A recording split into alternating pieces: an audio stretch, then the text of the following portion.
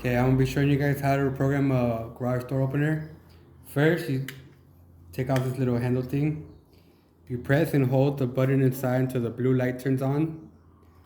Then you go up here and you press the learn button right there till the light turns on. Just press and release. Then you're gonna press this button until you hear a clicking noise. Then you press the other side.